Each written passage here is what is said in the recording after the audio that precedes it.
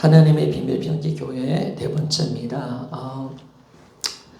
잠깐 복습하고 바로 진도로 뽑도록 하겠습니다. 우리가 교회 공동체가 뭔가, 우리가 예수 믿을 때 우리와 예수님이 한 생명 되듯이 뿐만 아니라 다른 지체들과 하나 예수의 몸으로 한 생명으로 살아가게 되는 것입니다. 그래서 하나님 우리를 어디로 부르셨느냐? 예수의 몸 된 교회로 우리를 연합시켜 놓았고 이 교회로서 우리가 이 땅을 살도록 만들어 주셨다는 겁니다. 그래서 우리는 이제 분명하게 내가 어디에 연결되어 있는지, 내가 이제 예수의 몸으로서 산다는 의식을 정확하게 가져야 됩니다.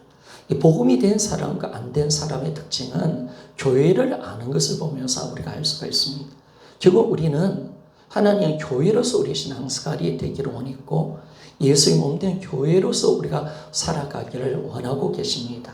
그래서 우리가 연합하려고 할 필요가 없죠. 우리는 이미 주님이 우리 예수님과 우리가 하나 되게 하고 지체와 하나 되어서 예수님의 몸으로서 한 생명으로 살도록 만들어 주신 줄 믿습니까? 이게 정확해지는 거죠. 내가 어떤 존재냐? 나는 교회 지체로서 살아가는구나. 예수의 그리스도의 한 몸으로서 살아가고 우리 지체들과 한 몸으로서 한 생명으로서 살아가는 존재가 나구나. 우리는 그래서 주님이 한 사람 한 사람 개인 신앙을 원하지 않는 것, 나나 하는 옛사람을 죽여놓으셨습니다. 사실 하나님 인간을 만드실 때도요, 왜 만드셨을까요? 아담을 만들고 하와를 만들었을 때 하나님 어떻게 살아가느냐면 너는 나다라고 그렇게 고백하도록 만들었습니다. 너는 하나입니다. 완전한 연합. 이게 결혼이고요. 이게 인간의 관계입니다. 연합된 존재로서 살도록 만들어놨는데 이게 마귀가 끊어놓은 거죠. 그러니까 우리가 신앙생활을 원하면 예수님 오셔서 모두 회복시켜가는 거거든요. 그러니까 우리가 지체를 바라볼 때, 인간을 볼 때, 저 지체는 나다. 너는 나다. 서로 섬기고 연합된 존재로서 하나된 모습으로 살도록 만들어내신 거죠. 그래서 하나님이 이 모든 세상에 교회를 만들어 놓으신 거예요. 그래서 우리는요, 어디에 살고 있느냐? 내 영적 주소가 어디 있느냐? 세상이 아니죠, 여러분. 우리는 주님의 백성의 자녀로서 우리는 교회 소속으로 하나님의 나라에 살고 있는 줄 믿습니까? 그러니까 주님이 왕이시고요. 주님 법에 우리가 지배받고 다스림을 받는 거죠. 우리는 세상의 법과 주님과 법이 부딪히면 세상 법을 따를 수 없는 존재죠. 사실 우리 교회는 세상과 완전히 분리되어 있습니다. 그래서 우리가 그렇기 때문에 우리는 하나님의 자녀로서 하나님의 백성으로 이 땅을 살고 있다는 것을 알게 되었습니다. 자, 두 번째 보니까 넘어갑시다. 6페이지 보니까 하나님이 교회에 사명을 주신 거죠. 교회에 하나님께서 교회를 사명해 주신 것은 뭐냐면 교회가 세워져서 하나님의 뜻을 이루러 가는 겁니다. 영혼 구원이죠. 영혼 구원. 그래서 이 교회를 통해서 하나님이 영혼을 살리고 하나님 나라를 확장시켜 가기를 원하셨다는 것을 제가 계속 말씀을 드렸습니다. 그래서 이 부분을 더 이상 나누지는 않는데요. 그래서 교회는요, 사명을 감당하는 것입니다. 하나님의 사명. 이 땅에 하나님께서 어둠 가운데 교회를 세워서 하나님의 꿈과 비전이 이루어지도록 만들어 주셨습니다. 그래서 하나님의 뜻이 이 땅 가운데 임하는 것, 주기도문의 그 고백처럼 이 땅에 하나님의 나라가 임하는 겁니다. 하나님의 비전은 어디 있느냐 보니까 빌립보서 2장이 나와 있습니다. 모든 사람들이 예수 그리스도를 주로 고백하고 그리고 예수 그리스도로 이름을 높여서 모든 자들이 예수 그리스도 앞에 굴복하여 하나님께 영광 돌리는 것, 하나님 나라가 임하는 것. 아멘, 맞습니까? 이 땅에 하나님 나라가 되는 것을 원하고 계시는 거죠. 그래서 이 영혼 구원, 하나님 나라 확장을 위해서 교회를 세워주신 거예요. 그래서 교회는 하나님의 비밀 병기입니다. 그리고 하나님의 경륜이었습니다. 하나님이 교회를 세우기 위해서 모든 역사를 만들어내신 겁니다. 하나님이 넘치는 역사 속에서 교회가 세워져 있다는 것을 알게 되는 거죠. 자, 세 번째, 우리가 6페이지 오른편입니다. 교회 공동체가 강해지는 비결. 우리 지체의식을 가져야 된다. 이 지체의식. 그래서 이 지체의식이 뭐냐라고 했을 때, 우리 세 번째 단락 봅시다. 지체의식이라는, 우리 한번 같이 읽어볼까요? 6페이지 중간 부분이죠. 지체의식이라는 것은 같이 한번 읽어봅시다. 시작. 지체의식이라는 것은 내가 예수 그리스도로 말미암아 다른 지체들과 이미 한 몸, 즉 한 생명이 되었다는 사실을 인식하는 것을 말한다. 아멘. 우리 교회가 온전한 연합되고 하나 되기 위해서는 강해질 수 있는 것은 지체의식을 가지는 겁니다. 아, 내가 저 지체와 내가 하나구나. 그리고 이미 한 몸, 예수 그리스도가 한 몸이고 한 생명이 되었다는 것을 우리가 정확하게 가지는 거죠. 이 복음이 정확해지니까 이게 정확해지는 겁니다. 그리고 우리가 지금 어디에 살고 있고 어떻게 하나님 우리를 존재하게 만들어 주셨는가. 우리 신분이 어디 있고 내가 지금 어디에 존재하는 것을 정확하게 알고 이 지체의식을 가지며 살도록 하나님이 만들어 주신 겁니다. 그래서 지체의식에서는 우일이 없죠. 그리고 이 지체의식을 가진 사람은 어떤 사람이냐면 지체의 아픔이 나의 아픔이고 지체의 고통이 나의 고통이 되는 거죠. 이 사람이 공동체의식을 가지고 사느냐라는 것은 지체의식이죠. 그러면 지체가 아파할 때 함께 아파하고 지체가 기뻐할 때 같이 기뻐하고 지체의 영광은 나의 영광이고 이걸 정확하게 느끼는 사람은 지체의식을 가지고 살아가는 사람입니다. 그런데 지체가 아파도 힘들어도 전혀 관심이 없는 사람은 아직 교회가 뭔지를 모르는 거예요.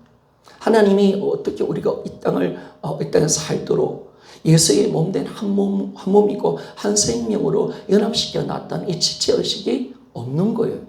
그런데 정확하게 지체의식을 가지면요, 지체가 아프면 같이 아파요. 그리고 지체가 힘들면 같이 힘들어지고요. 지체가 즐거워하고 영광받으면 같이 영광받고 같이 즐거워하는 그 자리로 들어가게 되는 것을 알게 됩니다. 그래서 우리가 어떻게 고백합니까? 저 지체가 지체를 위해서 사는 것이 나를 위해서 살아가는 거죠. 몸이니까. 이런 몸은 절대로 자기 지체를 자기를 위해서 살지 않잖아요. 손은 손을 위해서 살지 않습니다. 발은 발을 위해서 살지 않습니다. 눈은 눈을 위해서 살지 않습니다. 다른 지체를 위해서 살아가고 몸을 위해서 살아가는 거예요. 그럴 때 우리가 사는 존재, 이것이 공동체인 줄 믿습니까? 여러분, 가정도 교회도 우리 국가도 마찬가지예요. 여러분, 다 공동체잖아요. 가정에서 만약에 아버지가 아빠를 위해서 산다, 엄마가 엄마를 위해서 산다, 자식이 자식을 산다, 다 깨어지는 겁니다. 서로를 위해서 살아가는 거죠.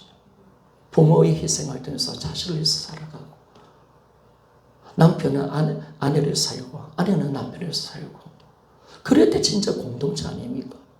그런데 만약에 이게 무너져서 아빠는 아빠를 위해서 살고, 엄마는 엄마를 위해서 살고, 자식이 안 돌보고, 이런 가정이 다 무너지는 거죠, 여러분.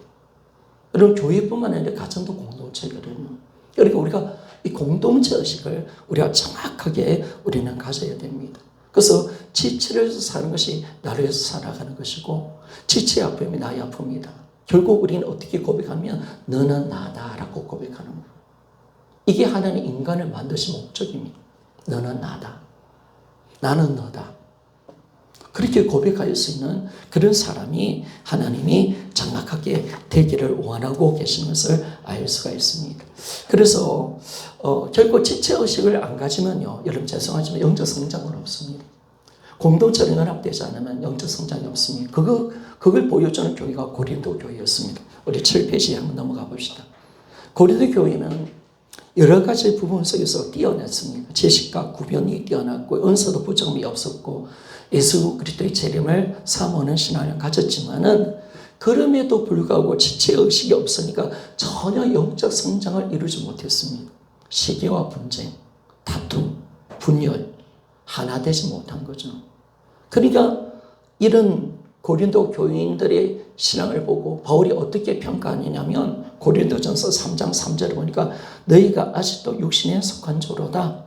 너희 가운데 시기와 분쟁이 있으니 어찌 육신에 속하여 사람을 따라 행함이 아니리요 라고 말했습니다.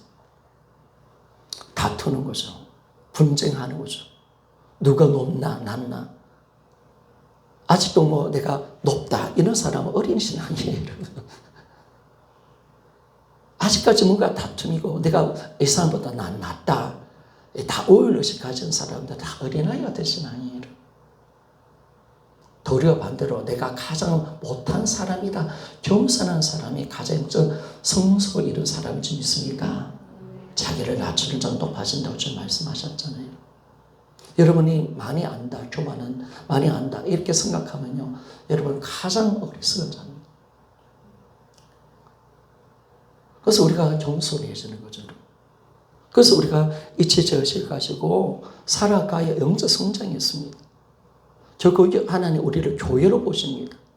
교회로서 모든 성장을 보십니다. 내 혼자 치고 나간다고요? 어림없습니다, 여러분. 우리 다대생물교회 연합되어 있어요. 거기에 하나 되어 있어요. 하나님 그 예배를 받으시고 그 기도를 보고 그 몸을 보면서 얼마나 성장했는가 비교하시는 거예요.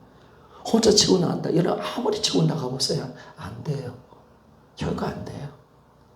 같이 자라가는 거죠.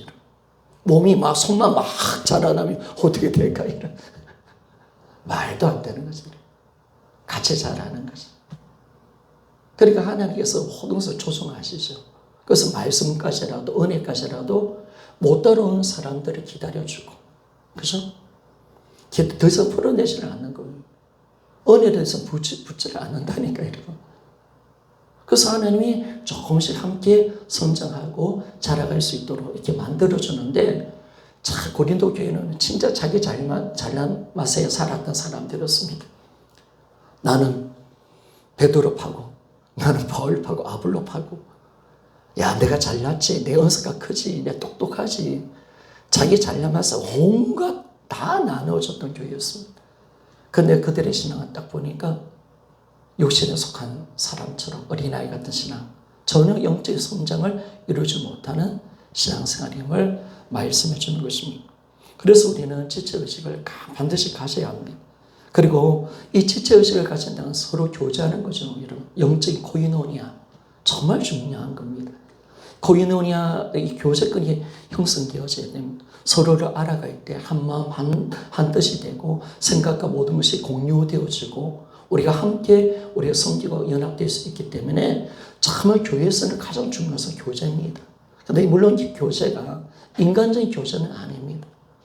복음으로, 말씀으로 함께 은혜를 나누고 생각을 공유하고 그 사람의 아픔과 문제를 우리가 함께 안고 같이 기도해주고 서로 생각과 마음이 한 뜻이 되어서 하나로 딱 되어질 때 우리가 이제는 강력한 교회 공동체가 될 수가 있습니다. 그래서 공동체 어디 있느냐, 지체의식이 어디 있느냐, 교제권이 있어야 됩니다. 나누는 거.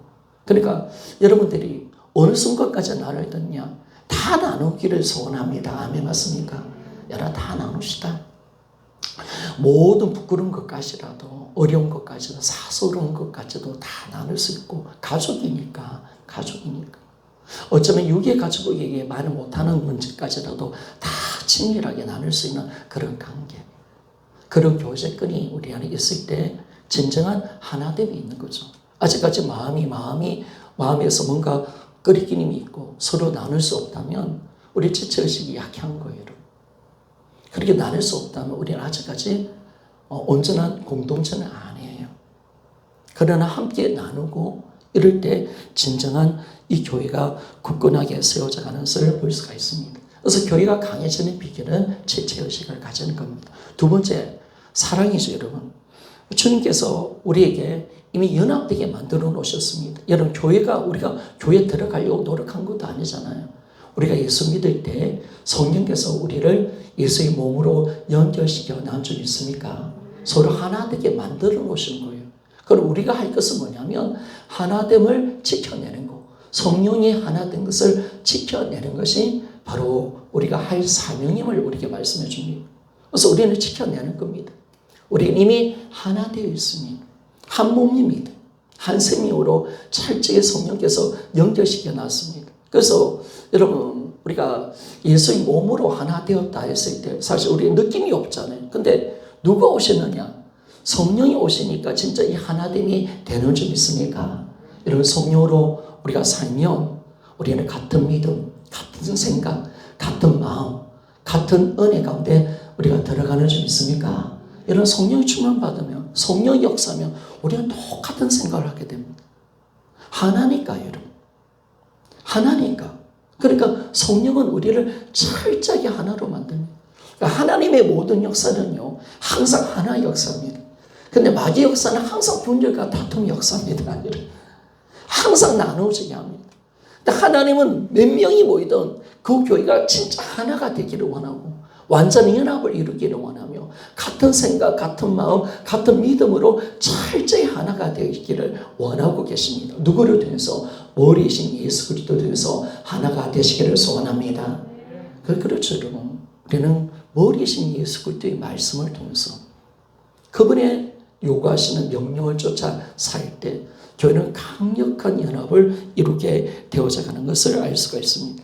그런데 성령께서 하나 되겠는데, 그런데 우리에게는 서로 지체가 가운데 은사와 개성이 다르잖아요. 그럴 때 우리가 하나 될 때 참된 교제를 가지기 위해서는 어떻게 되느냐? 우리가 사랑이 필요하다는 거예요. 서로 지체를 안고 가고 서로 지체와 연합되기 위해서는 우리가 사랑이 필요하다는 것을 말씀해 줍니다. 그래서 겸손, 온유, 오래 참은, 용납하는 그것이 되어야 되는데 이 모든 것이 사랑입니다. 그래서 교회는 언제 하나가 되느냐? 사랑할 때 하나가 되는 줄 믿습니까? 사랑 강력하게. 부족한 게 있잖아요, 여러분. 내 지체가 좀 연약함이 있어요. 나보다 못한 것도 있어요. 아직까지 약한 것이 있어요. 그럼 어떻게 해야 될까요? 정죄할 수 없잖아요. 판단할 수 없잖아요. 참고 기다려주고 온유하고 그리고 겸손하게 섬겨주고 그렇게 서로 섬기고 사랑할 때 우리는 진정한 하나됨의 역사를 만들어낼 수 있는 귀한 복을 얻게 되는 것을 알 수가 있습니다. 여러분이 다들 서로에게 진짜 사랑으로 하나 됩시다. 아멘입니까? 갈 길은 멀지 않았죠. 진짜 온전한 연합. 서로 온전한 하나.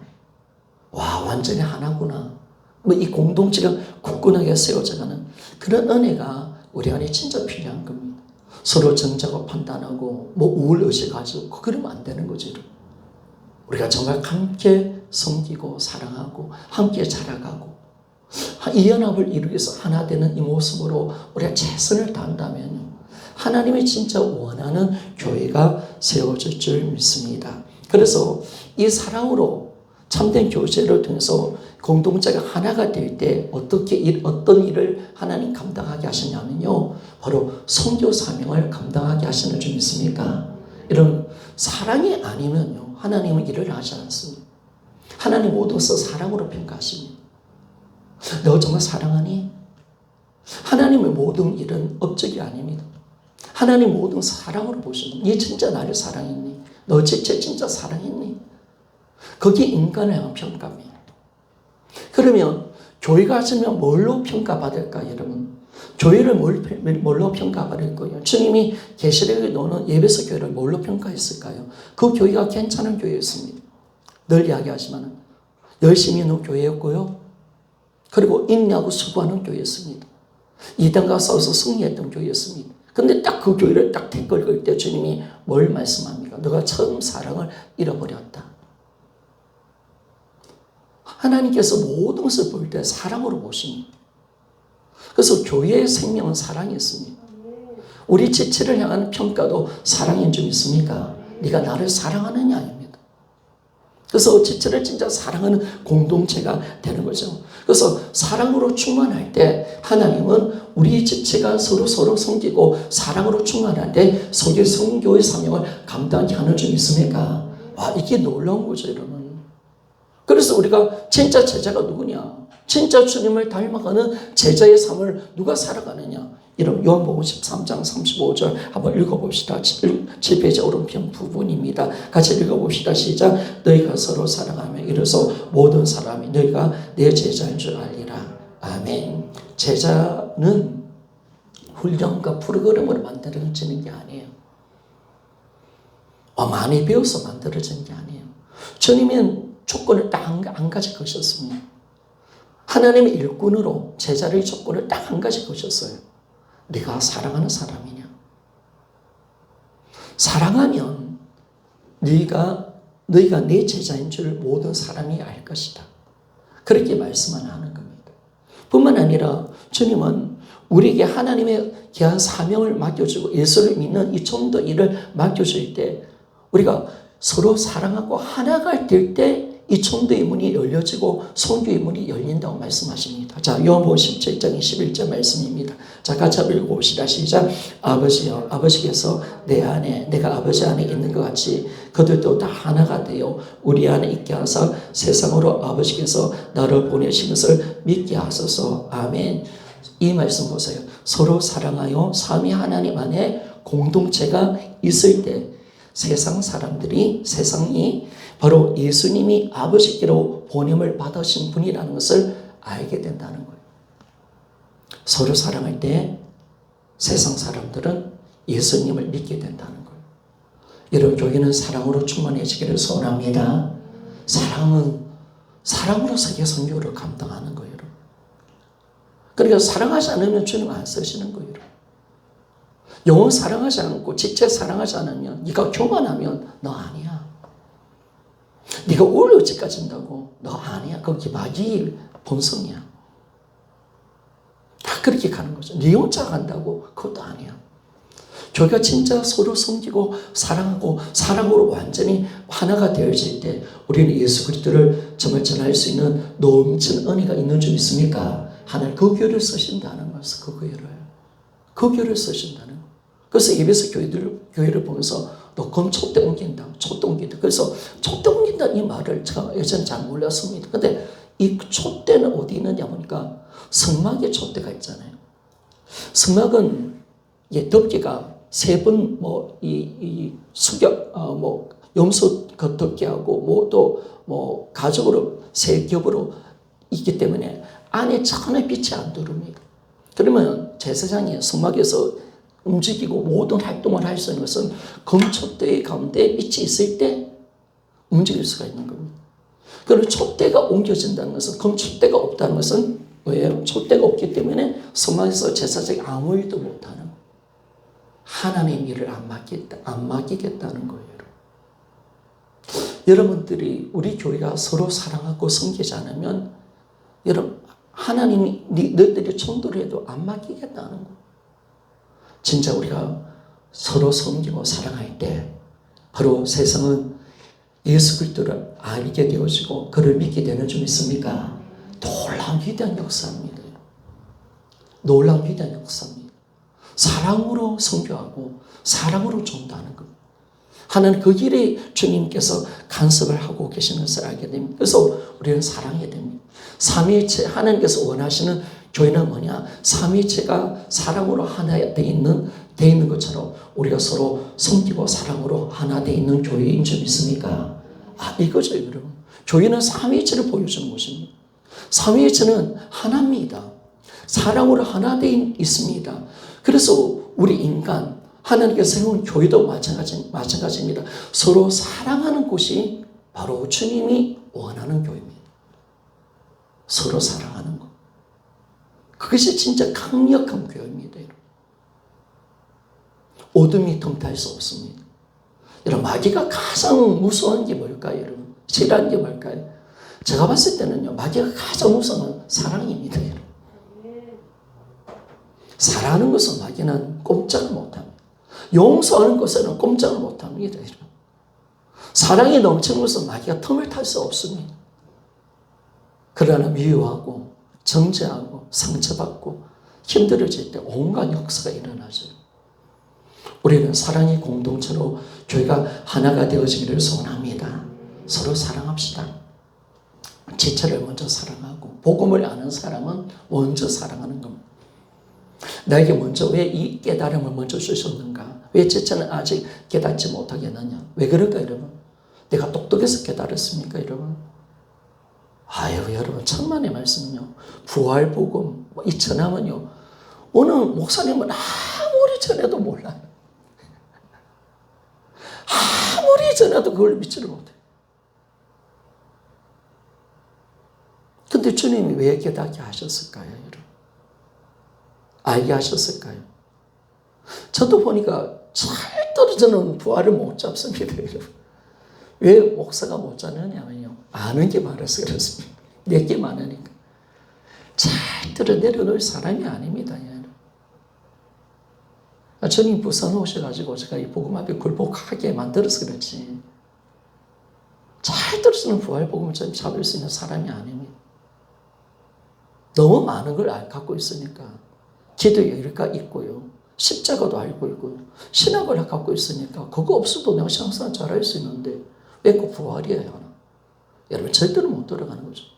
들어갈 수가 없습니다. 내 거 놓친다. 이게 내 생명보다 귀한 건데 내가 지금까지 이렇게 신앙생활을 했는데 이걸 포기하라고 차라리 내보고 죽으라 하지. 내가 이 자리까지 올라오겠어. 내가 얼마나 힘들었는데 내가 성경을 얼마나 많이 읽었는데 내가 얼마나 기도 많이 했는데 이걸 놔라고요? 와, 이것 때문에 내가 얼마나 눈물을 흘리고 기도하고 내 에너지 모든 것을 투자했는데요, 주님? 할 수 없는 거죠. 근데 주님이 하셨습니다. 그러면 주님 왜 하게 하셨는가? 우리에게 왜 이 은혜를 주셨는가? 딱 보니까 우리가 이 복음을 먼저 해서 섬기고 사랑하고 영혼을 세워가기 위한 하나님의 뜻이 좀 있으니까 교만하는 게 아니죠, 여러분. 이 조명, 이 성령 조명으로 되는 거죠, 이건. 누구도 안 되는 겁니다. 성령이 특별한 은혜 가운데 이게 내 것이 되는 겁니다. 그래서 우리는요, 사랑해야 됩니다. 정말 교회에 가장 힘은 사랑이 있습니다. 연합이 있습니다. 그래서 그 모습으로 들어갑니다. 세 번째, 오늘 범위로 나갑니다. 분담입니다. 제가 읽으면서 갈게요. 그리스도의 몸된 저 교회 공동체에는 많은 지체들이 있지만은 모든 지체가 같은 은사를 가지고 있는 것이 아니다. 하나님께서 각 지체에게 주신 은사가 다르다. 그러므로 교회 공동체의 사명을 감당하기 위해서는 각 지체의 은사에 맞게 역할이 분담이 이루어져야 한다. 이때 중요한 것은 지체의식과 사랑이 전제된 가운데 분담이 이루어져야 한다는 것이다. 그래서 우리는요, 이제 각자가 분담이 되어져야 됩니다. 사역과 어떤 역할들이 있잖아요. 손은 손 역할이 있잖아요. 발은 발의 역할이 있잖아요. 눈은 눈의 역할이 있듯이 각자의 역할을 감당할 때 우리가 온전한 몸이 되어지고 우리가 정상적 몸으로 움직이듯이 우리 지체도 각자의 개성이 있고 은사가 따로 있습니다. 그래서 우리가 서로 연합하고 잘 분담되었을 때 우리가 하나 되어서 함께 움직여 갈 때 우리가 온전히 자신이 주어진 분담을 잘 움직여 갈 때 우리 교회가 건강하게 성장되어지고 하나님 원하는 공동체로 세워져 가는 것을 알 수가 있습니다. 근데 분담이 일어나기 전에 먼저 중요한 것은 우리의 지체의식과 사랑으로 이 모든 것이 되어져야 된다는 겁니다. 분담이 문제가 아닙니다. 먼저 지체의식이 있어야 되고 사랑이 있어야 됨을 말씀해 줍니다. 자, 마지막 달로 읽어볼게요. 교회 공동체의 현실적 가장 중요한 역할을 하는 것은 목회자, 말씀을 가르치는 자이다. 왜냐하면 목회자가 성령의 능력으로 성도를 온전케 하며 봉사 일을 하게 함으로써 그리스도의 몸된 교회 공동체를 세워지기 때문이다 라고 말했습니다. 이런 교회에서 가장 중요한 역할을 하는 것은 바로 목회자입니다. 목회자는 어떤 사람이냐? 말씀을 가르치는 사람이죠. 그래서 성령의 능력으로 이 말씀으로 성도들을 온전케 하여 봉사 일을 하게 만들어가는 것이 목회입니다. 말씀을 제대로 가르치는 거예요. 훈련시키는 거예요. 그래서 성도들이 온전한 신앙으로 자라나서 이제 성도들이 봉사 일을 하게 함을 통해서 교회가 세워져 가는 거예요. 몸이 세워져 가는 거예요. 이 역할 분담이 반드시 있단 말이에요. 그러면 자, 개혁 성경이라는 옛날 성경입니다. 에베소서 4장 12절에는 목회자의 역할을 성도를 온전케 하며 라고 번역하며 목회자가 성도를 온전케 하는 일과 봉사 일까지 겸해야 하는 것으로 넘어가겠습니다. 인식하게 하게 된다. 그러나 원문은 성도를 온전케 하여이다 라고 말합니다. 자, 요번에 번역된 성경이 제대로 번역됐습니다. 자, 이것은 성도를 온전케 하는 주체는 목회자고 그렇게 해서 온전케 된 성도가 봉사 일을 할 때 교회 공동체가 세워진다는 것입니다. 자, 다시 이 말은 어떤 말이냐면 옛날 성경에는 이 어떻게 번역이 되냐면 성도를 온전케 하며 라고 해서 마치 목회자가 성도를 온전케 하는 일뿐 아니라 봉사일도 같이 하는 것처럼 번역이 되어 있단 말이에요. 근데 그 번역이 틀렸다는 거예요. 그 번역이 틀렸고, 업무는 뭐냐면, 성도를 온전케 하여서 목사가 봉사 일을 하는 것이 아니라, 이 성도가 온전케 된 성도가 이제 뭐냐면, 이제 봉사 일을 해서 교회를 온전케 굳건하게 세워져가는 그 일을 하게 된다라는 것을 말씀해 주고 있다는 것입니다.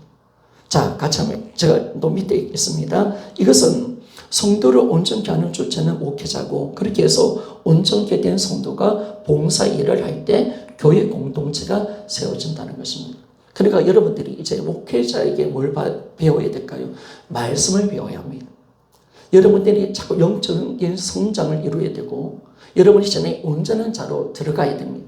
그래서 얼마나 온전한 자, 하나님 일을 넉넉히 감당하고 봉사 일을 감당할 수 있는 자리까지 여러분 들어가시기를 소원합니다. 여러분 자라가야 되는 거예요.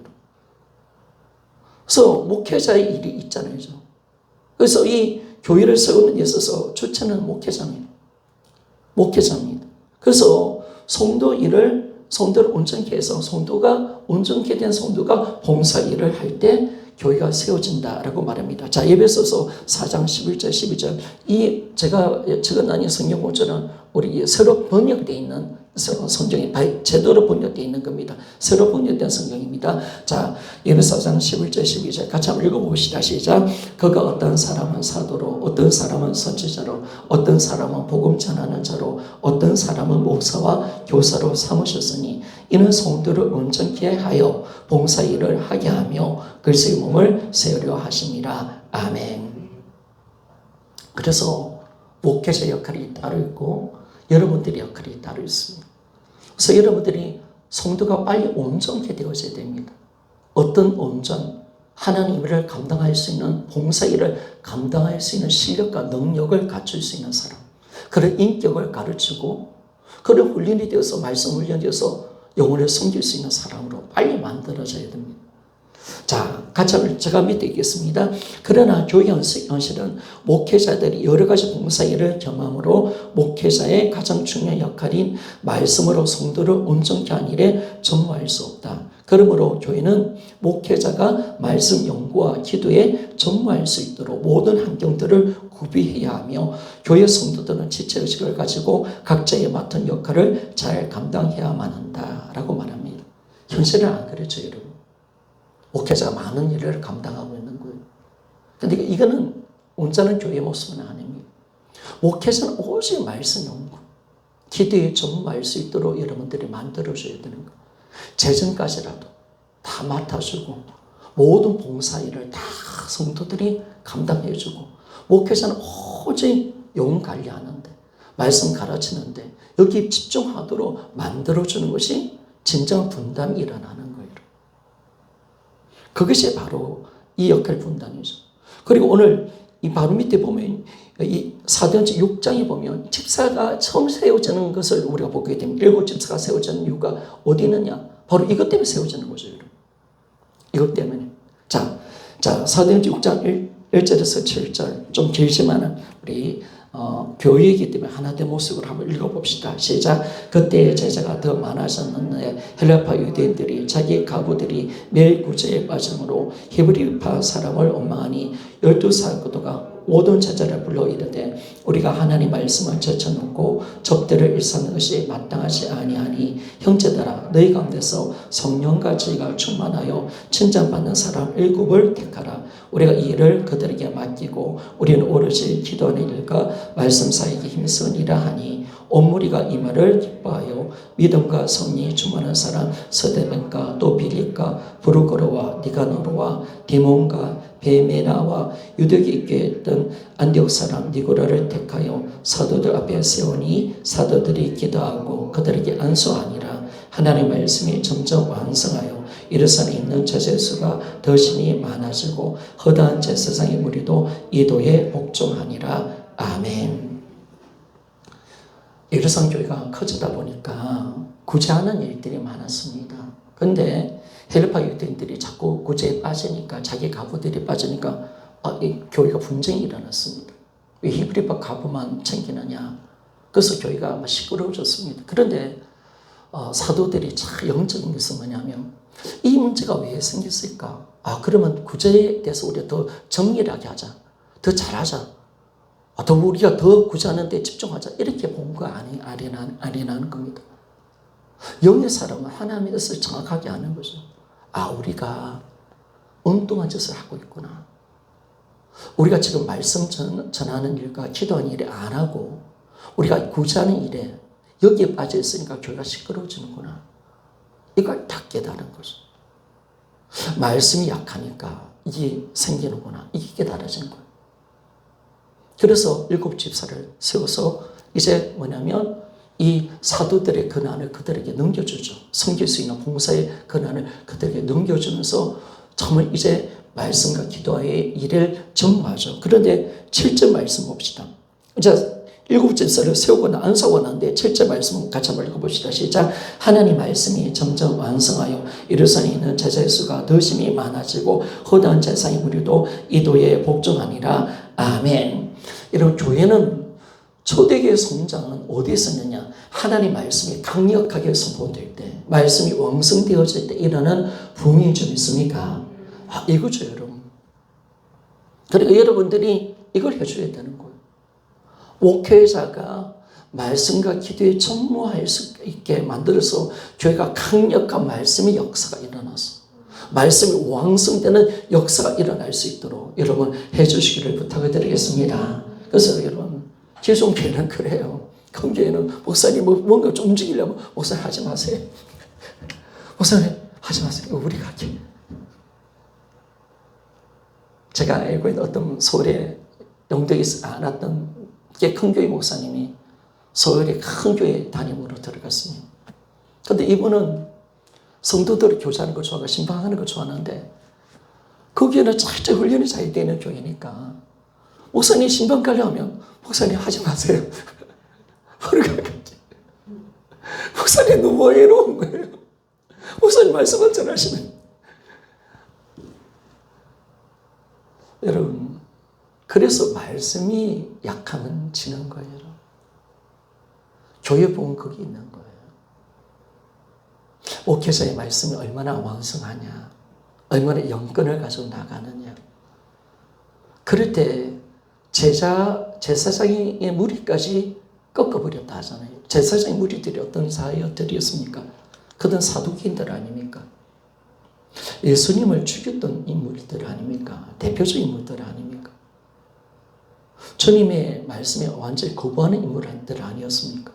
그런 영혼들까지라도 정말 강력한 말씀 앞에 사도들의 전한 말씀 복종되어지는 엄청난 역사가 일어났다는 거예요. 그래서 교회 부흥은 말씀의 부흥의 역사입니다. 그리고 결국은 왜 교회가 쪼개지고 나눠지고 힘들어졌냐? 말씀이 약하니까. 목회자가 말씀을 가르치는데 약하고 집중하지 못하도록 분주하다 보니까 교회 문제가 다 일어나는 거예요. 정확한 거죠, 여러분. 그래서 여러분들이 어떻게든 주님의 교회에 왔을 때 직분을 받았다면 우리가 어떻게든 목회자 사무의 직분을, 사무의 일을 가져가려고 우리가 뭘 해야 되는지를 우리가 아는 모습이 되어져야 합니다. 물론 우리 교회가 연약하고 부족한 부분도 있지만은 그러나 우리의 성경을 통해서 정말 함께 이 목회를 돕는 자로 우리가 삶을 살아갈 수 있는 우리가 되어지기를 소원합니다. 그래서 여러분들 그저가요 목회할 수 있도록 도와주시기를 부탁드립니다. 그래서 목사님 부담을 줄 정도로 목사님 아무것도 하지 마시고 오직 말씀 묵상하시고 오직 말씀을 전해주세요. 오직 기도만 주세요. 목사님 그것만 하셔야 됩니다. 오직 그것만 하셔야 됩니다. 목사님 부담이 될 정도로 이렇게 그렇게만 되어진다면 교회는 강력한 교회가 될 겁니다. 결국 모든 초대교회의 교회 역사는 그 가운데 일어났거든요. 그래서 이 놀라운 역사가 그러니까 목회자가 바쁘면 안 됩니다. 분주하면 쓸데없는 시간과 마음이 뺏기면 그만큼 교회는 어려워지고 성장이 더뎌가는 겁니다. 그래서 정확하게 가는 거죠. 그래서 여러분들 빨리 일꾼으로 성장하시고 우리 모두 다 일당백이 그런 일꾼들이 되어지기를 원합니다. 자, 네 번째, 교회 공동체가 약해진 이유에 대해서 봅시다. 성령께서 하나 되게 하신 교회 공동체임에도 불구하고 각 개인이 교회 공동체로 연합된 것을 인식하지 못하면 강한 공동체가 될 수가 없다. 아까도 계속 이야기하죠. 지체의식이 없으면 교회는 절대로 강력한 공동체가 될 수 없습니다. 하나님 원하는 공동체가 될 수가 없습니다. 그래서 우리가 정확하게 교회의 몸으로 연합되어 있다. 저 지체와 내가 하나가 되어 있다. 이걸 우리가 정확하게 알고 예수님 몸으로서 한 생명으로 살고 있다는 이 지체의식, 저 지체의 아픔이 나의 아픔인 것을 우리가 정확하게 가질 때 우리가 강력한 교회 공동체가 될 수가 있는데, 이런 지체의식이 없으면 교회는요 온전히 연합이 안 됩니다. 강력한 교회 공동체가 될 수가 없습니다. 자, 8페이지 넘어가겠습니다. 그리고 교회 공동체를 인식했다 하더라도 교회 공동체가 약해지는 이유 중 가장 큰 원인은 죄입니다. 그러니까 이 공동체를 깨뜨리는 것이 죄죠. 죄는 하나님과의 관계뿐만 아니라 다른 지체들과의 관계를 분리시킨다. 자, 여러분 보세요. 우리가 하나님이 모든 것을 이제 임재로 보시고요. 이제 우리가 그럴 때 몸으로 보십니다. 그러면 죄를 짓는 것도 우리가 어떤 죄입니까, 여러분? 성전을 더럽히는 죄. 이렇게 보십니다. 그래서 주님이 고린도전서 6장에 보니까 이 음란의 죄에 대해서 이야기했습니다. 장기와 합하면, 장기하고 우리가 바람났습니다. 음란한 짓 합니다. 음란한 짓 했을 때 주님 어떻게 말씀해요? 네가 음란한 짓 했는 이게 아닙니다. 우리는 복음의 은혜 속에 들어온 자입니다. 이뤄놓으신 복음의 은혜 속에서 하나님 모든 것을 보십니다. 그럼 우리가 지금 하나님 앞에 우리가 지금 교회 공동체로 우리를 보시고 예수와 연합된 존재로 우리를 보시는 점 있습니까? 그러면 내가 음란한 짓을 했을 때는 어떻게 되냐? 예수의 몸을 더럽게 한 죄가 되는 거예요. 하나님 그렇게 우리를 본다는 거예요. 그러니까 우리는 우리가 이런 죄를 지었는데 그렇게 아니 네가 지금 누구와 함께 했니? 너 예수의 몸이야. 너 지체야. 네가 만약에 들어오시면 너는 예수의 몸을 더럽힌 거예요. 네가 어떻게 창기에 착하여 이 그리스도의 몸을 더럽히느냐라고 이야기하잖아요. 이게 하나님 보시는 시각이에요. 그러면 죄도 우리가 그냥 혼자 죄가 아니에요. 죄가 아니라 공동체를 더럽히는 죄인 거예요. 공동체를 갈라놓는 죄고요. 내가 죄를 지을 때마다 공동체를 분열을 시켜버리는 거예요. 하나님의 관계를 끊어버리는 죄가 우리 가운데 있는 거예요. 그래서 우리는 정말 잘해야 됩니다. 항상 하나님 우리의 교회로 보신다니까, 여러분. 예수와 연합된 지체로서 우리를 보고 계시기 때문에 모든 죄도, 모든 말도, 모든 신앙생활을 다 그렇게 보신다니까, 여러분. 나나 없습니까, 여러분? 아직까지 나나 있습니까? 그러니까 여러분들이 너무 나에 대해서 집중하면 안 돼요, 여러분. 너무 나를 파면 안 돼. 내 감정, 이걸 가지고 자꾸 여기 관심을 가지면 마귀가 장난친단 말이에요. 우리의 오직 관심은 뭐냐? 여러분, 우리의 오직 것은 예수가 되어지기를 소원합니다. 여기에 미쳐 있어요. 사귐에 미쳐 있어야지. 사랑에.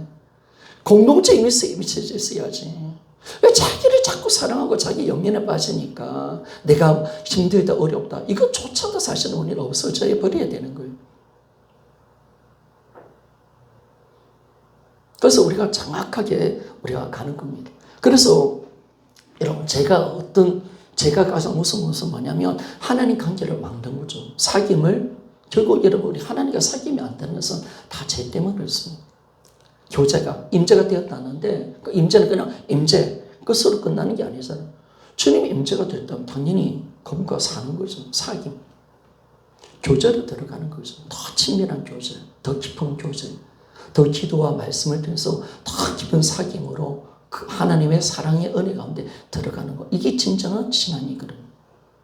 근데 여러분들이 만약에 사귐이 안 되는 임재는 참 무의미합니다. 답답합니다.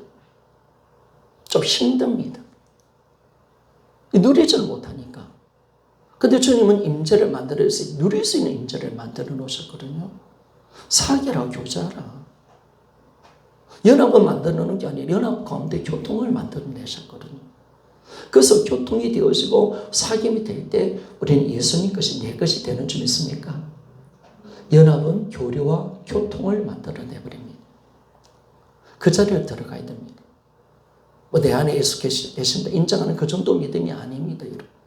머물러 있으면 안 되는 거죠, 여러분. 그러면 주님 그럼 내 안에 머물러 계시나? 아니죠. 나와 사귀기를 원하고, 나와 교제하기를 원하고, 그럴 때 하나님께서 우리에게 열매를 주시는 줄 믿습니까? 그때 열매를 주는 겁니다. 절대 포도나무 가운데 너희가 내 안에 거하라. 그 내 안에 거한다는 이 말은, 주님과 사귀고 사랑 가운데 거하여서 주님과 사랑 가운데 교제하면 열매를 맺는다라고 말합니다. 열매를 주님이 맺게 해주시는 겁니다. 그래서 우리는 그 자리로 가는 겁니다. 그래서 이 죄는요, 하나님 관계뿐만 아니라 다른 친체과의 관계도 분리시킵니다. 그래서 이 죄가 들어오면 결국은 교제권이 무너집니다. 그래서 팀워크가 무너지고 결국은 어떻게 되냐? 우리 교회가 나중에 온전해지고 하나 될 때 어디로 가는 겁니까? 사명을 위해서 나가는 귀한 교회인 줄 믿습니까? 우리는 교회가 세워지고 사랑으로 연합되어서 완전한 공동체가 되어지고 강력한 공동체가 되는 이유가 뭐냐면 하나님의 사명을 감당하는, 여러분 그 사명을 감당해서 하나님의 교회를 주셨단 말이에요. 그 사명을 우리가 감당하도록 나아가는 곳이 되어야 되는데 이게 안 되면 안 되잖아요. 그래서 교회는 항상 그 사명을 감당하지 못하도록 하는 방해하는 제약이 있습니다. 이것이 바로 모든 제약의 근원은 욕심이죠. 야고보서 1장에 보니까 죄가 잉태하여 욕심을 낳고 욕심이 잉태하여 사망을 낳는다라고 그렇게 말씀합니다. 그래서 이것은 제가 읽겠습니다. 교회 공동체 사명을 감당하지 못하는 모든 죄의 근원은 욕심이다. 이것은 세 가지 용어로 나타나는데 육신의 정욕과 안목의 정욕과 이성의 자랑이다. 이것들 중 특히 교회 공동체 가운데 명예욕, 아마 교회에서 가장 교회를 배리는 것이 이 세 가지 중에서 뭐냐? 이성의 자랑입니다. 명예욕입니다. 이게 들어오면 지체의식이 망가져버리고 사랑이 식어져 버리고 이를 분담하는 것이 아니라 전담하거나 회피하게 되는 그런 일들이 일어납니다. 그래서 우리가 죄를 버려야 됩니다, 여러분. 교회는 명예욕을 버려야 됩니다. 나를 높이려고 하고, 나를 드러내려고 하고, 그런 것이 교회를 철저하게 분리시켜버립니다. 자랑하는 거, 일생 자랑. 이게 들어오면 교회는 다 무너져 버립니다. 그래서 절대로 이것이 떠나가야 됩니다. 그래서 여러분들이 교만하면 교회는 무너지는 거예요, 여러분. 자기를 드러내, 의식까지만 다 교회는 무너져 버리는 거예요, 여러분. 절대로 그러면 안 됩니다. 그리고 내가 명예요. 내가 직분 가지고 내가 내 자신을 드러내려고 막 어떤 일을 많이 추구하고 이렇게 가면 교회는 다 망가져 버린다는 거. 교회가 그것 때문에 다 망가져 버리거든요. 그래서 우리가 이생의 자랑, 세상의 자랑 이것들 들어오면 안 됩니다. 그리고 교회가 또 한 가지 뭐냐면 정죄 판단하는 거. 이게 무섭죠, 여러분. 왜 정죄 판단이 될까요, 여러분? 제가 젊은 때 이야기가 굴복이 안 돼서 그렇습니다. 전인격적인 굴복. 아직까지 내 인생에 내가 세상을 살아가면서 주님을 믿는다지만 내 생각과 내 가치관이 있고 세상의 가치관이 있으니까 저 사람은 이래저래 판단이 나오는 거죠. 그것이 무서운 겁니다. 주님은 우리에게 와서 무조건 사랑하라. 무조건 사랑입니다. 이 땅은 어둠이죠. 여러분, 이 땅은 캄캄한 어둠입니다. 이 어둠인데 마귀가 이 땅을 지배하고 있습니다. 마귀가 이 땅을 지배하는데 이것은 어떤 미움이에요. 마귀의 난 미움입니다. 판단 정죄. 우리가 만약에 딱 미워하고 시기하고 질투하고 판단 정죄하면 우리는 100% 마귀한테 걸립니다. 그러면 어떻게 되냐? 어둠 속에 들어가게 갈 길을 잃어버립니다.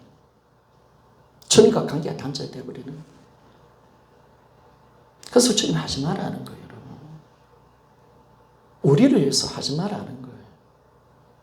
마귀의 미끼 물면 안 된다. 이것이 얼마나 무서운 것인지 아니. 그래서 우리가 늘 이야기하잖아. 우리 그냥 안 미워하잖아요. 그냥 판단 안 하잖아요. 정당한 판단해요.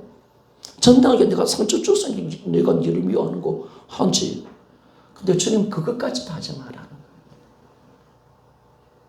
네가 비록 가해자지만, 네가 고통을 받았지만, 네가 그 영혼을 미워하면 너도 어둠이야. 내가 거기서 판단 정지하면 니도 어둠이야. 똑같은 짓을 하면 안 돼. 그래서 주님은 선으로 악을 이기라고 말씀하고 있고, 주님이 요구하시면서 이 땅에서 살 수 있는 유일한 방법은 뭐냐? 사랑입니다. 무조건적으로 사랑하는 것입니다. 아멘 맞습니까? 이것만이 네가 사는 길입니다. 그래서 여러분들이 잘 가야 돼요. 막 교회, 여러분들이 아차차 뭐라면 뭐 교회 공동체 세운다고 막 하지만은 도리어 내가 교회 공동체를 무너뜨리는 사람이 될 수 있다는 거. 위험이 들으면 교회는 다 깨집니다, 여러분. 다 풀립니다. 정죄 판단, 무서운 거죠, 여러분. 자기의 어떤 기준과 생각 가지고, 세상의 가치관 가지고, 다 이 사람 이랬니, 저 사람 이랬니. 그게 무서운 거라니까요. 그래서 우리는 인격적인 굴복이 일어나야 돼요, 여러분. 나의 모든 가치관이 성경의 말씀으로 변화되기를 소원합니다. 내 느낌 없어요, 여러분. 주님 마음밖에 없어요. 주님 사랑밖에 없는 거예요, 여러분. 이게 굴복이 일어날 때 그게 되는 겁니다. 그래서 굴복된 자는 주님이 우리를 그렇게 만들어줬다는 것을 겉으로 믿기 때문에 여러분 우리가 이제 나하는 나의 사람, 나의 가치관, 세상 기준으로 살았던 나의 사람을 주님이 죽여주시고 나를 새로운 표정으로 만들어내실 때 우리는 주님 것으로 완전히 변화되었습니다. 내 생각은 하나님의 말씀 좀 있습니까? 내 느낌과 내 감정은 주님 것인 줄 믿습니까? 나는 내 마음은 주님의 마음으로 사는 자인 줄 믿습니까? 아멘입니까? 굴복된 자는 아멘합니다. 아멘하기 때문에 그렇게 살 수가 있는 거예요. 아멘 맞습니까? 여러분 진짜 여러분 주님을 믿는다면 주님 이루는 걸 믿는 거지. 거기에 주님이 사랑하는 존재예요. 몰라요. 안 느껴져요. 그게 무슨 믿는 겁니까? 진짜 주님에게 굴복했다면 그분의 말씀을 인정해드리고 그분이 이루어놓으신 사역을 인정해드리는 거죠. 그래서 굴복된 자는 그대로 아멘한다니까. 아멘하기 때문에 그렇게 살아갈 수 있는 존재인 줄 믿습니까? 이게 정확하게 가는 겁니다. 그래서 여러분 굴복되어져야 돼. 먼저 철저히 아직까지 내 생각, 내 느낌 이걸 가슴을 치며 회개하셔야 돼. 이게 얼마나 무서운 옛사람인지, 이게 얼마나 마귀의 중심인지, 이것 때문에 예수님이 십자가에 죽었다는 사실을 알고 가슴을 치면서 이런 것들이 안 나오도록 회개하면서 완전히 굴복되어져 버려야 돼요. 내 지식과 내 감정과 의지가요, 저 앞에 완전한 굴복으로 들어가서 진정한 회개를 하는 거죠. 그리고 이제 그 주님을 내 마음속에 주인으로 모실 때 나는 주님의 인격, 주님 인격으로 완전히 변화되어 버리는 거예요. 그걸 우리는 알아요. 예수님이 돌으실 때 내가 새 생명을 받았다는 거 알아요. 내가 발라되었다는 걸 우리는 아는 존재인 줄 믿습니까? 여러분, 이정 교수님이 딱 변화되고 난 뒤에 알잖아요. 박효진 장로님이 그렇게 술 마시고 담배 피우고 그 사람이 목사님한테 설교도 딱 변화되니까 아침에 딱 일어나니까 내가 변화됐구나. 그분이 예전 술 중독이었고 술 좋아하고 하토 좋아하고 모든 거 담배 좋아하고 근데 딱 거듭나니까 내가 변화됐구나. 그것도 다 끊어지기 시작하는 거예요. 진정으로 일어나야 돼요. 여러분들이 완전히 뒤집어지고 거듭남의 역사, 하나님의 것으로 완전히 쓰러지는 거. 그래서 우리가 살아가죠. 그러면 그렇게 살아갈 때 우리가 혹시라도 회개하는 게 뭐냐면 내가 또 주인 되어서 내 느낌, 내 감정으로 살았던 거 회개하는 거죠. 주님, 착각했습니다. 또 선악한테 속았습니다. 주님이 주인인데 내가 주인이 되어서 내 느낌, 내 감정, 내 지식으로 살았네요. 하나님 용서해 주세요. 회개하는 거죠. 여러분들은 주님께 굴복되었나요? 예수님이 여러분 마음에 주인 맞습니까? 예수님이 주인 마음에 주인 된 사람은 예수님의 생각과 예수님의 감정과 예수님의 마음으로 사는 존재인 줄 믿습니까?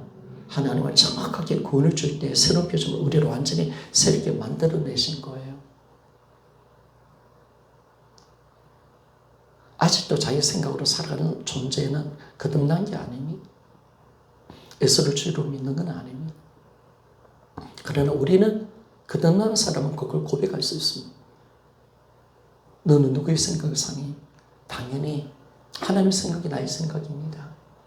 너의 느낌, 감정은 주님 겁니다. 그리고 너의 마음은 누구 거니? 주님 거고 나는 주님의 마음으로 사는 존재 맞습니다. 너 사랑하는 존재 맞나요? 아멘. 난 사랑하는 존재 맞습니다. 아멘, 아멘. 남을 위해서 주는 것이 마땅하니? 아멘, 마땅합니다. 여러분 그 고백할 수 있나요? 할 수 있는 사람은 굴복된 사람입니다. 근데 아직까지 못하는 사람은 주님을 다시 만나야 됩니다. 정확하게 가는 거죠, 여러분. 그래서 우리가 이제 이 생의 자랑을 절대로 들어오면 안 됩니다. 아차 잘못하다면 열심히 한다 하지만은 내가 여전히 판단하고 내가 혼자도 열심히 달려다 보면 내가 잘하는 것처럼 보일 수가 있거든요. 남을 우습게 여기는 거예요. 저 사람은 왜 기도 안 해? 저 사람 예배 참석 안 해? 저 사람은 저렇게 말씀을 왜 못 깨달아? 다 이렇게 들어오거든요. 그때 교인의 깨어지기 시작하는 거예요. 정죄 판단, 내 기준과 내 생각 가지고 딱 남을 판단하는 거예요. 예를 주님 말씀했죠. 너는 누구냐? 남의 하인을 판단하는 너는 누구냐? 내가 그 영혼을 받았거든. 너는 누구에게 판단하는?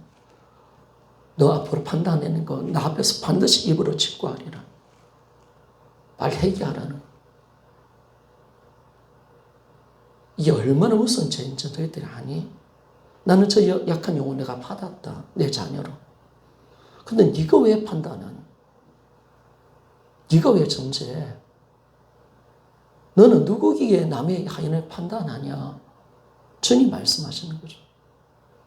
할 수 없는 겁니다. 로마서 14장 그 말씀이 그대로 나와 있습니다.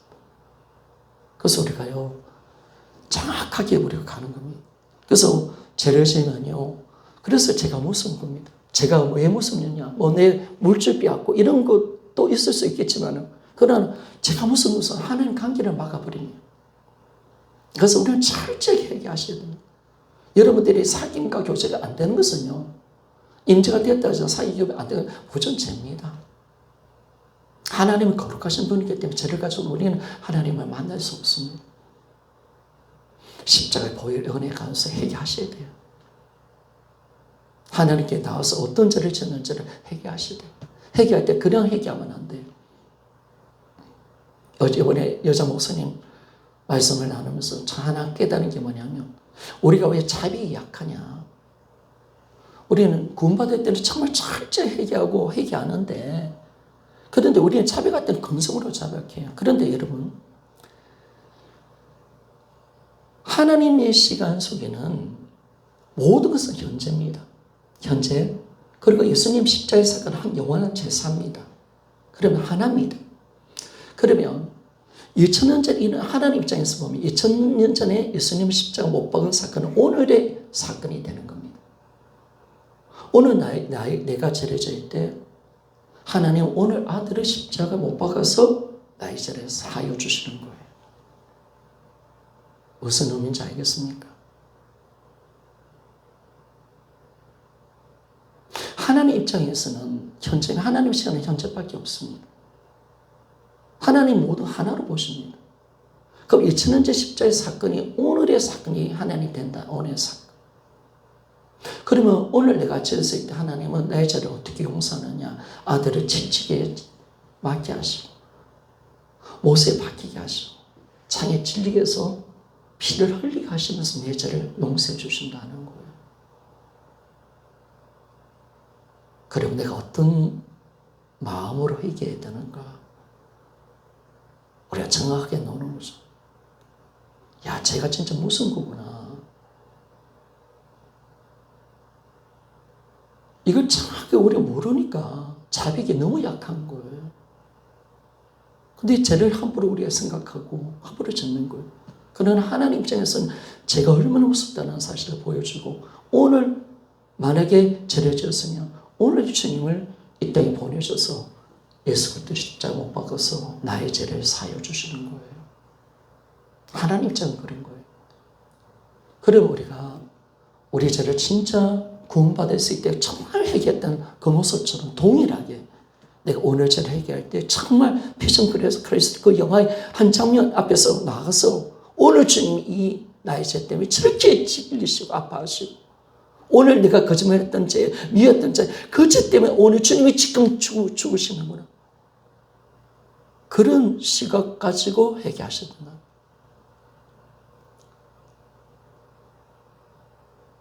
맞는 거예요, 여러분. 그래서 진짜 한 영원한 제사가 맞는 거예요. 그래서 우리가 철저하게 가셔야 됩니다. 그래서 날마다 회개하고 교회가 공동체가 깨끗해질 때 이제는 뭐냐면 교회가 사명을 해서 여러분 나아갈 수 있는 우리가 되어지기를 원합니다. 아멘 맞습니까? 우리 교회 이제 사명으로 달려갑시다. 아멘 맞습니까? 여러분 교회를 세우신 것은 사명입니다. 영혼을 살려내는 것입니다. 전도하고 세계 선교하는 것이 교회의 사명으로 주님께서 주셨습니다.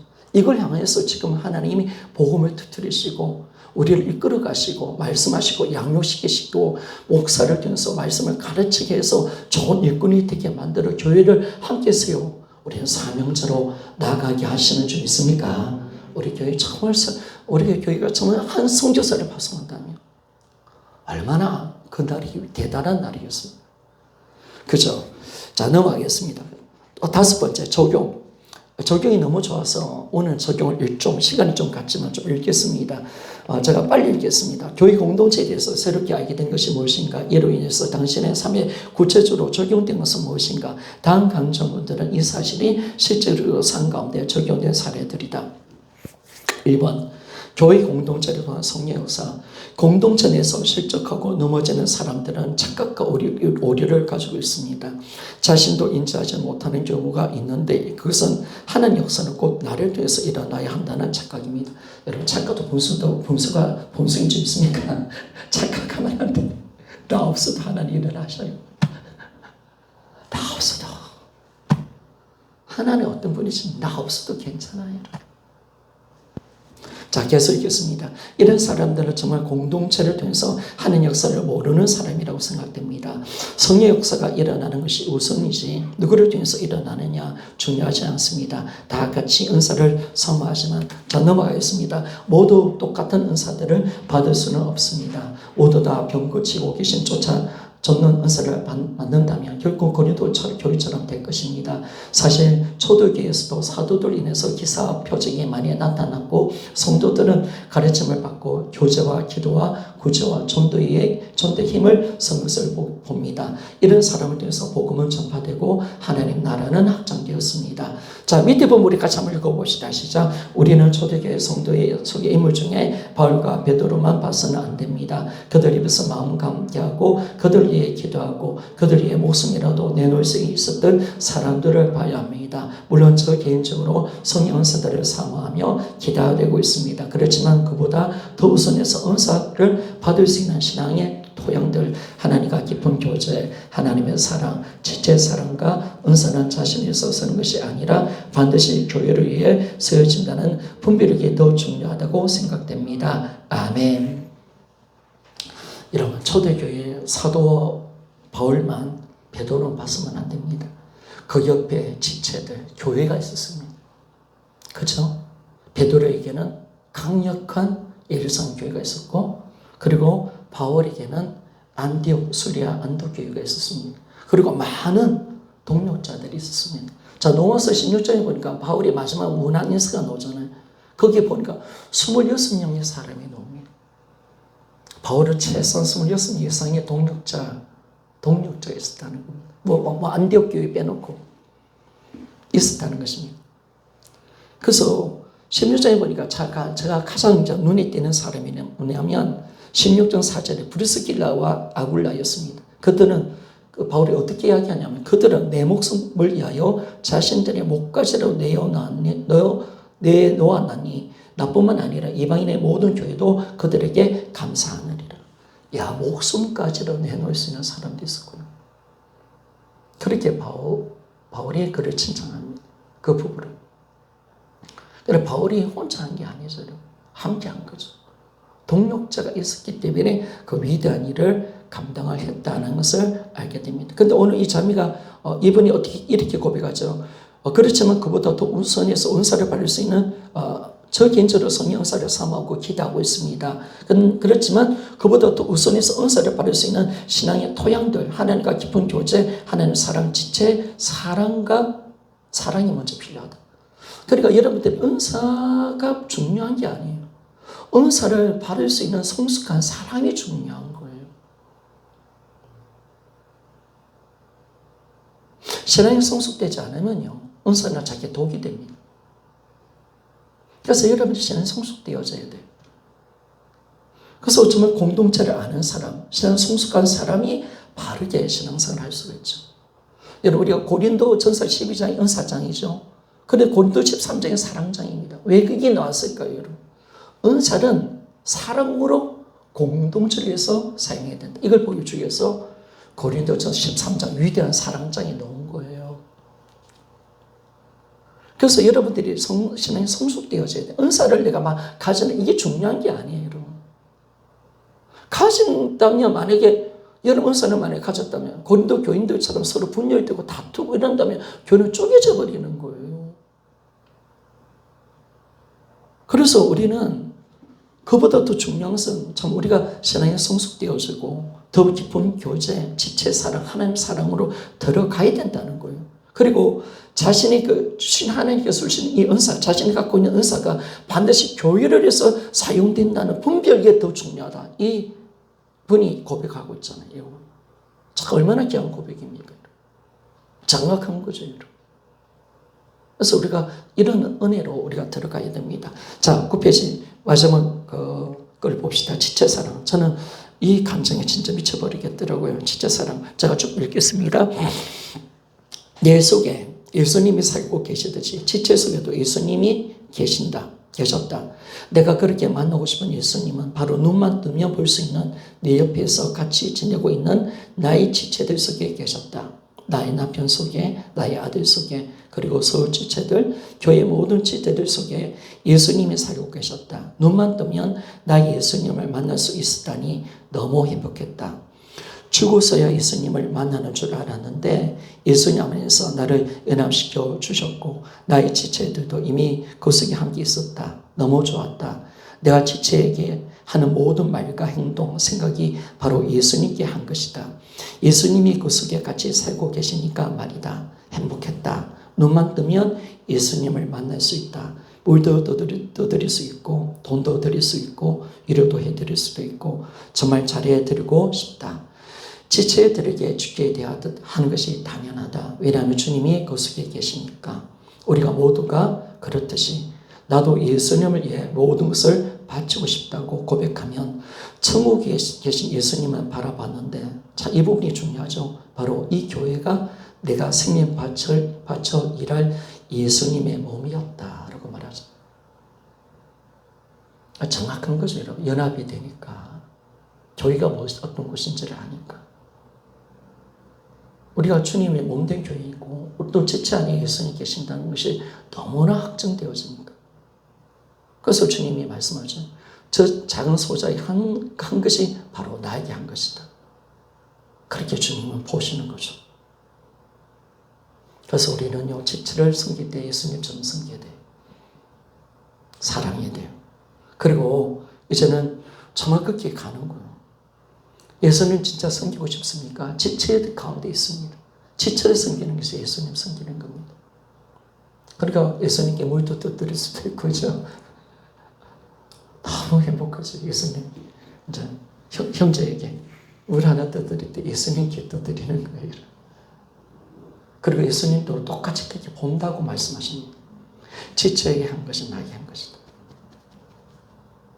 이 무슨 말이잖아요. 연합입니다. 우리의 신분입니다. 우리가 어떤 존재인지를 세상을 모르지만 복음 안에서 하나님 그렇게 우리를 만들어내신 겁니다. 그래서 우리가 날마다 주님에서 모든 것을 다 바치고 싶다. 천국에 계신 예수님만 바라봤는데 바로 교회가 내 생명을 바쳐 일할 예수님 몸이었다. 그죠? 여러분들이 참 목숨 던지고 바쳐야 될 것은 바로 교회입니다. 교회. 주님 여기 계십니다. 우리는 지금 교회로서 주님과 함께 연합되어 있는 것입니다. 저체체와 예수님 하나입니다. 그래서 우리는 주님을 섬기듯이 교회를 사랑하는 것이고, 왜 주님의 몸이니까. 그래서 우리가 그렇게 진짜 교회를 사랑하고, 여러분들이 공동체, 이게 안 되면 신앙생활 할 수 없습니다. 혼자 안 됩니다. 함께 자라가야 됩니다. 주님이 교회를 세우신 이유가 있습니다. 그래서 함께 신앙생활하고 사랑하여서 주님을 보여주고 선교 사명을 감당하는 곳으로 주님 가기를 원하시는 하나님의 위대한 꿈과 비전이 여기 있습니다. 하나님의 모든 관심이 교회에 있습니다. 아멘 맞습니까? 하나님의 꿈이었습니다. 교회를 세워주는 것이 하나님의 꿈이었다니까요. 하나님 미치도록 교회를 세우기를 원하시는 것이 하나님의 꿈이었습니다. 주님이 오시지 않고 성령이 오지 않으면 이 교회가 세워지지 못하는 거예요. 아마 하나님 입장에서 가장 즐거워했던 날이 언젠가 옷은 좀 나가 다락방을 들여서 성령이 오셔서 예루살렘 교회가 세워지는 그날, 주님의 꿈이 이루어지는 그날. 교회는 하나님의 꿈입니다. 절대로 포기 못하는 꿈입니다. 소망입니다. 하나님의 전부입니다. 세상 사람들에 대해서 하나님 전혀 관심 없습니다. 세상 나라에 대해서 전혀 관심 없습니다. 오직 교회. 여러분, 이것이 하나님의 꿈인 줄 알고 우리 한번 교회 멋지게 세울 수 있는 하나님의 사람들이 되기를 소원합니다. 기도하겠습니다.